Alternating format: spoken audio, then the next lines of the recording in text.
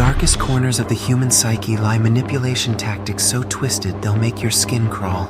Venture with me into this sinister realm and discover 5 methods so fucked up they might just change how you see the world around you. But a word of caution, once you know, there's no turning back. Ready? Ever had someone you know confess to something they clearly didn't do? Brace yourself as we uncover the unsettling truth behind the false confession.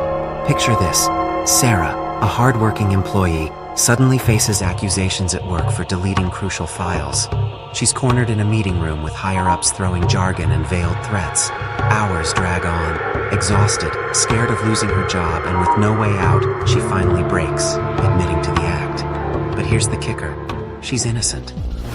The foundation of this tactic lies in the combined forces of stress compliance and cognitive dissonance. But why is this so effective?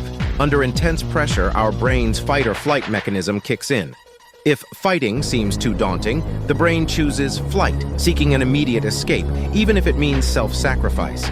In such scenarios, the brain often sacrifices truth in a desperate bid for relief. It's not about the reality of the situation, but the perceived immediate danger the person feels. Skilled manipulators engineer high-stress scenarios intentionally. They know that the stress impairs judgment and can push someone to admit things falsely. This isn't just about extracting a confession, it's about power dynamics. The manipulator understands the weight of the emotional toll and uses it as leverage, forcing their victim into submission. Do you hear of kidnapping victims falling in love with their captors? Or abuse victims defending their tormentors? This is a sinister manipulation tactic called trauma bonding. Imagine Liam, a lonely guy, meets Chloe at a local club. They quickly bond over shared traumas from their pasts. Over time, however, Chloe starts to bring up those terrible times he had just shared, deliberately creating conflicts and painful moments, only to then comfort Liam afterward, strengthening the initial bond they shared. This emotional roller coaster, filled with highs of intimacy and lows of intense pain, keeps Liam tethered, unable to break free. Trauma bonding emerges from shared experiences of pain. Bonds form rapidly when two individuals undergo intense emotions together, even if those emotions are negative. This works so well because the emotional highs, moments of comfort and understanding, are so intensely rewarding that they overshadow the negative confrontations.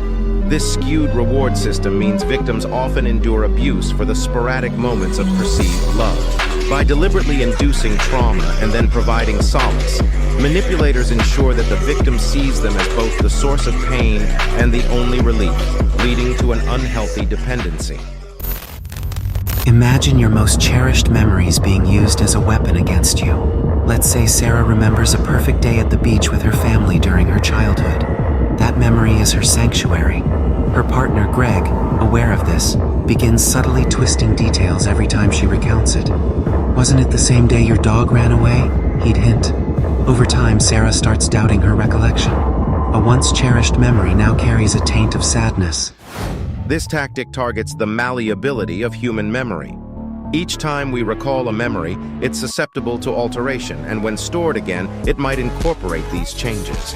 By consistently introducing negative or altered details into someone's memories, a manipulator can change how the person feels about those memories.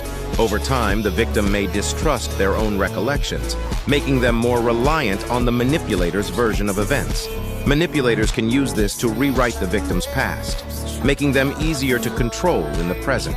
With every distorted memory, the victim becomes more susceptible to the manipulator's influence, leading them further from their true self. Freedom is everyone's birthright. But what if that very freedom becomes your cage?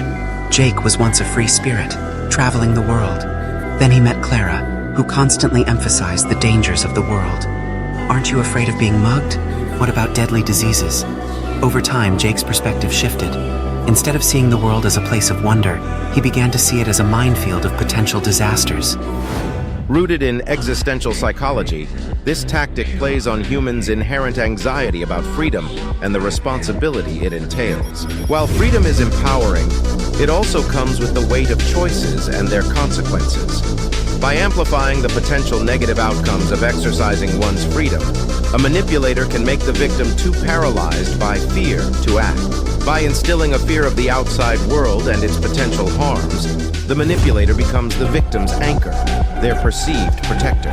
This tactic makes the victim willingly confine themselves, seeking safety over freedom, becoming ever more dependent on the manipulator. If you ever see any of these signs in relation to you, consider it a massive red flag.